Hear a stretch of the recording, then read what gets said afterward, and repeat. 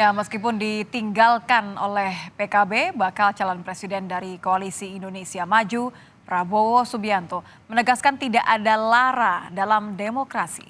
Menurut Prabowo, dalam kerjasama politik selalu ada pihak yang datang dan pergi. Ketika ditanya apakah dukungan dari Partai Gelora menjadi pelipur lara, setelah PKB menerima tawaran koalisi dari Nasdem, Prabowo menyebut tidak ada lara dalam demokrasi. Bahkan Prabowo yakin PKB akan kembali bersama pendukungnya karena semua partai bersaudara. Yang terhormat Ketua Umum. Pelipur lara. Demokrasi itu tidak ada lara-laraan. Nggak ada lara-laraan. Demokrasi adalah suatu proses. Diskusi, bertemu, kadang-kadang berpisah, ya. Santai aja, kita berbuat yang baik untuk rakyat. Rakyat yang menilai. Rakyat menilai setiap perbuatan, setiap ucapan, dan rakyat tidak bodoh. Rakyat tidak bisa dibohongi. Semuanya kita serahkan kepada rakyat. Tidak ada pelipur-pelipuran.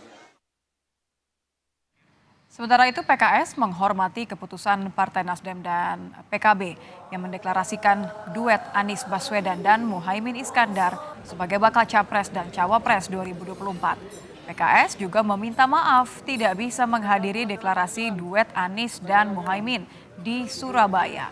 Presiden PKS Ahmad Syahiku menyatakan Muhaimin Iskandar sebagai bakal Cawapres akan diusulkan untuk dibahas di musyawarah Majelis Syuro PKS. Pertanyaan dan sebagainya, saya serahkan nanti kepada kami menghormati juga keputusan Partai Nasdem dan Partai Kebangkitan Bangsa yang telah mendeklarasikan pasangan Bapak Anies Rashid Baswedan sebagai bakal calon Presiden Republik Indonesia dengan Bapak Abdul Muhaimin Iskandar sebagai bakal calon Wakil Presiden Republik Indonesia yang akan maju pada Pilpres tahun 2024. Cuma kami mohon maaf tidak bisa hadir ke acara di Surabaya.